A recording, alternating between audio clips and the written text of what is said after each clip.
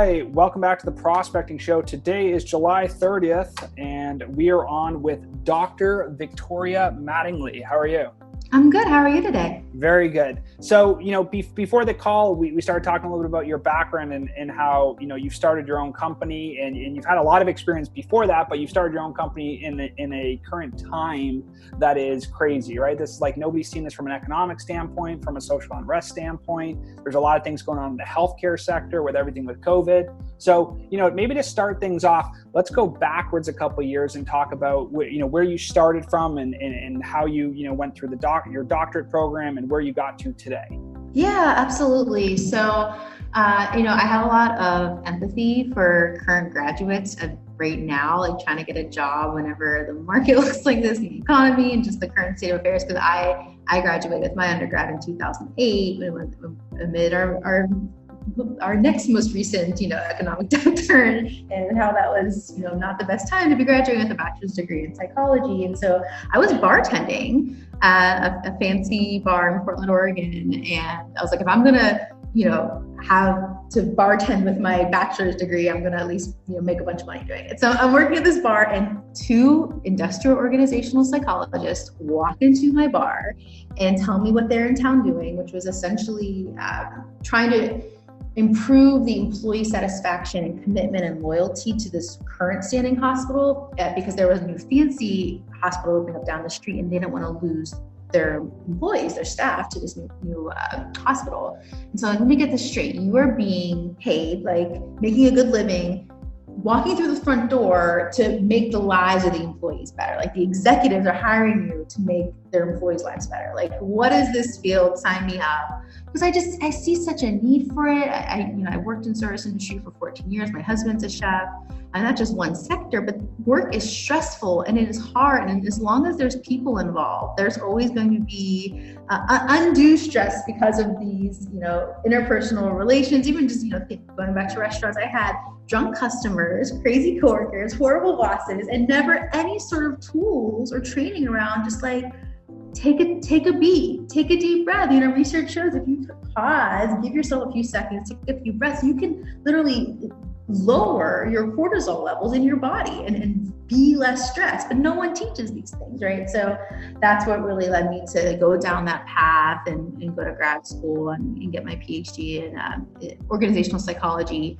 And I feel super privileged and grateful that I get to now do this work, especially living and seeing the need for it.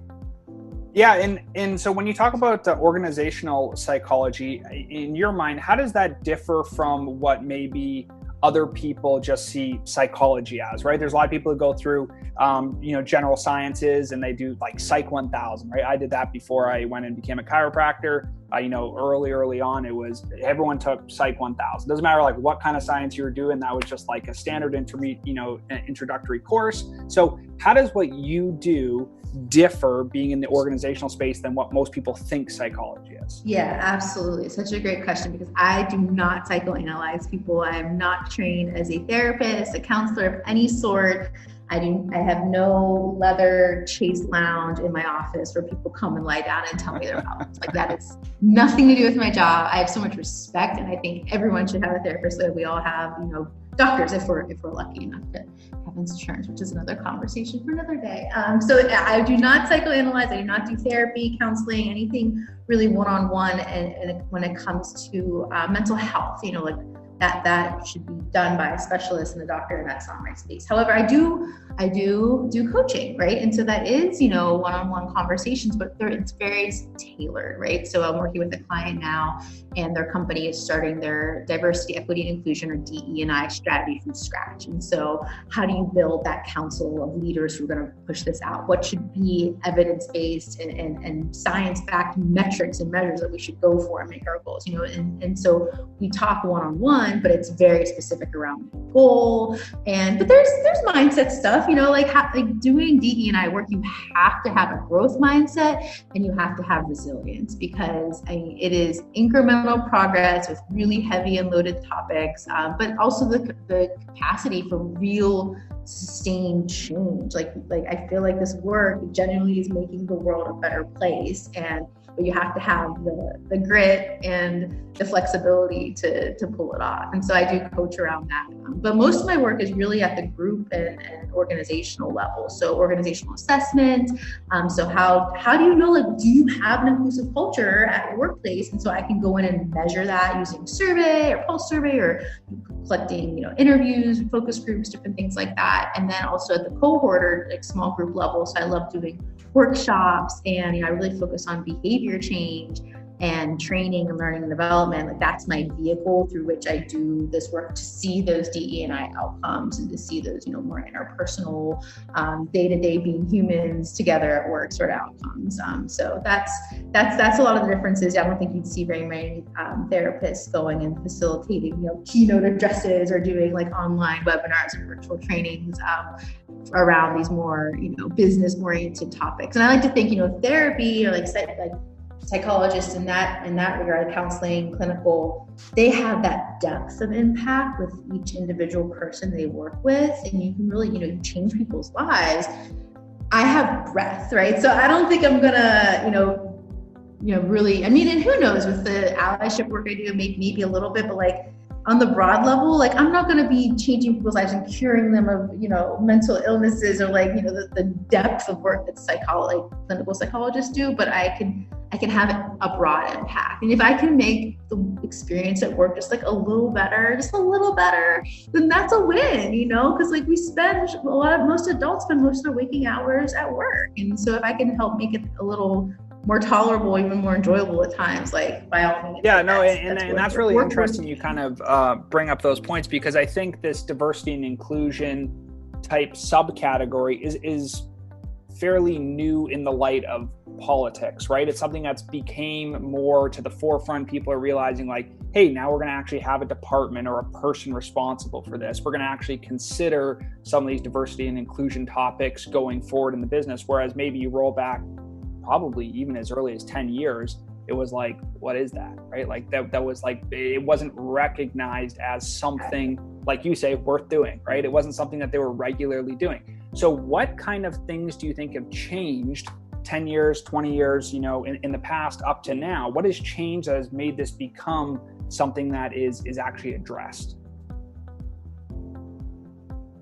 Yeah, I think one big driving factor, the generational shift in the workplace. Millennials, we tend to, and this is, of course, everyone is entitled to their own belief, but on average, millennials tend to, want and request and expect, not just necessarily only DE&I, but like flexible work practices, which I would argue is under DE&I, because it's what can we give our employees to help them, bring their best selves to work. And sometimes that means having the flexibility to not have to come to work every day, because you're a parent, or it's just easier for you to not have to commute into the office. And but millennials want this, and they want DE&I, and they want the affinity groups, and they want to feel like they have a place for their unique selves at work and with like-minded people and subgroups. But Gen Z is demanding it. Like Gen Z, like there's, and like the way that the boomers or like our parents' generation had pensions and retirement plans, and they stayed at companies for life, like that's gone now. And I think what's going to replace it is, feeling like you're doing meaningful work, and that you're valued and you're seen and you're respected and heard, and you can bring your best self to work every day. And I'm not saying people can just willy-nilly just do what they want, or like, but just having, just feeling like that you belong at a place and you're doing work that matters, and you're a respected person in your team and your company, like that is so powerful, and that's what keeps people around. And it's not money, right? Like I know for a fact people take lesser paying jobs because they work at jobs that let them be the best human that they want to be and have the life that they want, and that's worth it. And so I think a big part, to answer your question, it's competitive advantage, and to especially for trying to get top talent and younger talent, and that's really popular in the tech space, because at the end of the day with tech, it changes so quickly that a lot of tech companies, the model is get people right out of college and get the most out of them, and then, you know, burn and turn to get the next, you know, like keep the managers and kick the rest out. And it's not pretty, but you know, there is this talent acquisition, this competitive aspect to like getting young talent, and DE&I is a proven way to, you know, get those, you know, compete in that space. So that's one. I think another reason is look at our societal landscape right now. Like, look at what the murder of George Floyd, you know, erupted, and that was all like right under the surface, ready to boil over, right? And so, and now that time has come, and you know, hearing right now being compared a lot to people who experienced the civil rights movement in the 60s, and how very similar things are happening now. We're amidst a major paradigm shift, and what used to be inappropriate or like off topic or taboo in the workplace, talking about things like sexism, that changed with Me Too. That was just 4 years ago. And now racism, you know, like companies putting out very, you know, the statements, you know, they aren't as effective, I think, as they would hope them to be, but they still, it's significant, right? It's symbolic of where we're at. We have companies explicitly talking about how they're going to be anti-racist and investing in that, and it's because of where we are as a society. And yeah, this was always coming, you know, like I think it's the year 2040 or right around there is expected that white will no longer be the majority race in America, and that's fascinating. And so like diversity is no longer this thing we aspire to have at companies, but it's going to be an inevitability. And so companies need to know how to manage that and how to, you know, get the best out of it. Yeah, and it's interesting because I think it's one of those topics or one of those services that it's hard to measure the short term, I think, with some of the stuff that you're doing, right? Like obviously you can come in and be like, okay, this is the bill for the services, and these are the things you implemented on a technical level, right? Or a very like transactional level. But I think the other part that's really, really interesting is like, what's the long-term impact, right? What's the midterm impact, right? Next 5 to 20 years, let's say. That's probably where your work is going to shine the most, because you need the turnover, like you say, from the early stage employees to the people that are in management, the management to upper management to like, you know, executives, right? You got to have that flow up the chain to be able to have that change actually made. So in your mind, let's talk a little bit about where you see like the most change right now, right? So you talked about some of these social issues like George Floyd and some of these other, you know, external from work topics. What are you seeing as the most, like the number one internal issue with businesses right now from this diversity inclusion type work? I think the answer really depends on where the companies are at on their DE&I journey, right? And so one major change I'm seeing across, you know, companies, you know, just like industry-wide or workforce route-wide, are companies that did not previously invest in time, energy, resources, people into DE&I are now starting to for the first time. And it's funny because I feel like those companies then get like poo-pooed on by the companies that have been doing it for 10 years, you know, like, but it's still so significant that, you know, now leaders are having to figure out how DE&I applies to their different strategic goals, and how they can actually, you know, embed it in the business in a way that it's not just living in HR. And so I think that's the next change I'm seeing, is it's finally coming out of HR where it belongs. Of course, DE&I and HR are very closely aligned. You know, like there's a lot of the people work, and hiring is huge. I mean, what's the best way to see more diversity in your company? Hire more diverse people. I mean, it's not, these aren't complicated answers, but it's a lot of time, as you mentioned, and it's a lot of dismantling of current systems to allow for outcomes that systems weren't built for. Like I've done a lot of work in the gender space, and the modern, you know, office building corporate life was not built with women in mind. And that's not to like, you know, be an insult to men in business, and that just, there weren't women to build that culture, and we're at a detriment because of that, you know. And so, and knowing, okay, so the answer is we'll build a gender inclusive workplace or build an inclusive workplace. So we can't burn it all down and start from scratch. We have to actually unravel that. And so, yeah, seeing companies, like, part of that unraveling is no longer like just tasking HR with, you know, DE&I, because to really see those changes, you have to see it, you have to put the work in throughout the business and throughout, all areas. And it's more, yes, it's hiring and it's training and it's, the education, but it's also, how your business operates. What vendors are you hiring? Are you investing in a workforce that matches the demographics of your customers? Like, companies that do DE&I right, they integrate it at every level. And so I'm seeing more companies that maybe were early in their DE&I journey are now putting DE&I into the business in a more strategic way, and they're going to see better outcomes as a result. So I say those are the two big changes and shifts I'm seeing now, but so just a lot more energy, momentum. And I think, I think and I hope that DE&I is no longer going to be viewed as a trend. Like in 5-10 years, it's going to be an integral part of, the way we talk about talent management, learning development. DE&I, it's just going to be like part of how companies work. And it'd be like not having a marketing part of your company. Like that sounds bonkers. Like how we can't be successful without marketing for a business. So what do you see I predict as, DE&I will have like, that same for businesses response. who are considering this, right? There's a lot of people that have never had this kind of service or never really gone down that pathway. How does someone like that justify the investment, both from a time standpoint, an operation standpoint, and a financial standpoint, to do this kind of work, right? So like you talked about marketing, right?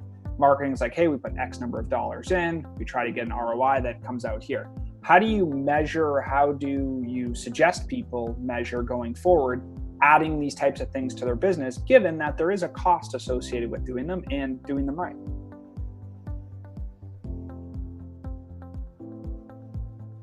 Yeah. So one thing we know from research and, what you can see in case studies with various people who do companies that do DE&I right is that you have higher retention rates. And so, any good company would know what their typical average cost to hire, rehire. So, that not only that lost time, but whenever you have to onboard someone and you only start seeing an ROI, it's all lost. It's all sunk cost for the first 3 months while they're learning the company, doing the training and everything. And so that added plus, whatever recruitment efforts, had to go into hiring the new person. And there's a very significant cost. I've seen figures as high as 3 times that person's salary that you lost. And so if inclusive workplaces lead to a higher retention rate, then you just do the math by cost per hire. And, so that's like one way of looking at that ROI. But as you mentioned before, these are long-term measures, and to see the most immediate impact, there's a way to do proxies, there's a way to see like how much value are people getting out of DE&I programming, right? You can assess a really quick, not only just reaction, because like when you ask people, did you like it? I'm usually just saying, did they like the person who was up there saying stuff? Were they entertained? Did they feel like they had, a good time? Like, and that really doesn't get at, outcomes that companies care about that translate to dollar signs. And one way I try to get a proxy for this is, are you going to use what you learned? Like, by what percent do you see doing some important, like some essential aspect of your job better because of something you learned from this? And there's cost associated with that, right? So there's clever ways you can go, but no one's doing that calculation. And like, I think companies just don't want to, because it's an easy way to say, oh, it doesn't fit with the business. And whenever COVID hit, I'm a relatively new business owner. Trying to get a business off the ground in the year 2020 will be a story for the history books for anyone trying. I have such empathy for entrepreneurs right now. But all these DE&I budgets just dried up when COVID hit. It was like one of the first things to go, because it was viewed, not by all companies, but by a lot of companies, as this like extra nice to have fluffy thing. But now it's been fascinating seeing all these budgets open up and all these new DE&I practitioners, chief diversity officers, getting hired in. The budgets are now there. And so I think it's going to be less and less reactive because, it's, as we talked about before, like it's becoming more of a necessity. And yeah, I try to help my clients see that ROI like translated to the end like that. But it's hard when you can't say, diversity equals and that's where the sales process gets kind of difficult, right? I mean, I have a couple different companies, and one of them really focuses in on business development and sales, and that's one of the things that everybody asks is like, what is this going to do for either my top line, what's it going to do for my profitability, or what's it going to do for my bottom line, right? Those are kind of like the three things that they don't ask it quite that way, but that's like what they're thinking, right? Oh, if I hire this person, it makes me more money. Yes, there's an expense, but there's a profit, right? And so like a lot of these decisions that I'm seeing people make are very financial, especially like you said, at the peak of COVID, it was very much so like, we have X amount of money and now we have less than X amount of money. Where do we spend that? Is it on labor? Is it on diversity? Is it on, systems? Is like, Zoom went through the roof because, as a tool that is now necessary for the workplace. And it's like, I don't know what the exact numbers are, but I would imagine that Zoom use is probably up like 3 to 4 times, It's crazy, right? But in their platform is something that has been around. People have known about it. People have seen the value of it, but it just hasn't been adopted until it was forced adoption, which was, hey, you can't come to work anymore, right? You got to work from home. So do you see a time like in the future here, how do people change and how do people get into seeing that this is important? I think people realize it's important. I think the problem now is maybe justifying cost is maybe where the people get hung up with it. So like what in your mind, right? You talked about some of the ROI metrics and the ways that you can help businesses, but do you think more companies are going to do it, and kind of involve themselves with diversity and inclusion? Or do you think more companies are willing to spend money? Like what kind of trends are you seeing now that we're kind of coming out of COVID?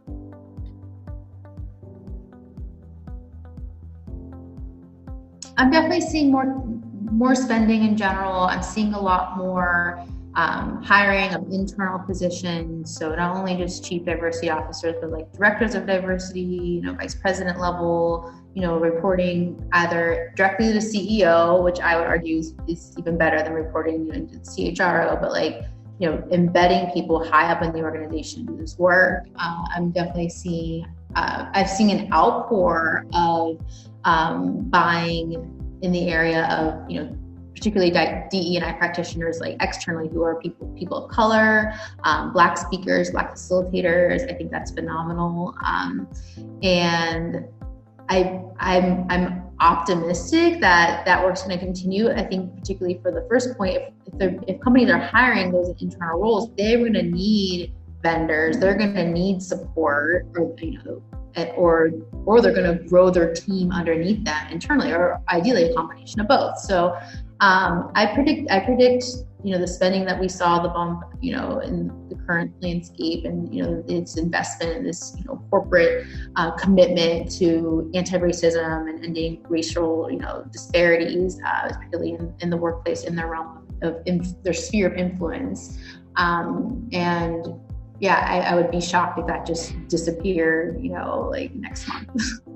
Yeah, no, absolutely. So to kind of like wrap everything together and kind of finish it up, because I like to keep the episodes fairly short, talk a little bit about who your ideal customer is. So the people who listen to the podcast, they can have a good idea of who that is. And then tell us how we can reach you, right? Like phone number, email, website, some way that people can reach out to you if they're interested in kind of having a conversation about how they could implement your skill set into their business. Yeah, absolutely. So my ideal customer are just, mid company to small size enterprise that are investing in DE&I, and they want to use metrics and evidence-based, experience to build out those solutions. So whether it's coming up with a strategy or figuring out how does one assess inclusion at their organization, we really wanted to get some data behind what should be done, and also some of those solutions as well. So and the big one is anything with allyship. So I do a lot with allyship training, both at the executive level and at the leader and employee level. So those would be just some solutions for my ideal customer. Anyone looking to get some extra help and support around the important, crucial DE&I work they're doing internally at this time. Best way to get in touch with me is on my website, mattingly.solutions.com. And then you could also I love connecting on LinkedIn. I try to be pretty active on there. So that's Victoria Mattingly, PhD on LinkedIn. And then just feel free to reach out anytime. I love chatting about, diversity, equity, inclusion. It's really my passion. And, it's a type of work it's worth doing. It's going to make the world a better place. I know it. Yeah. So thank you so much for coming on the show. I think this is probably one of the most unique episodes in the fact that what you're doing is not something that there's tons of people doing yet, right? It's very specific, very focused, very niche, if you would.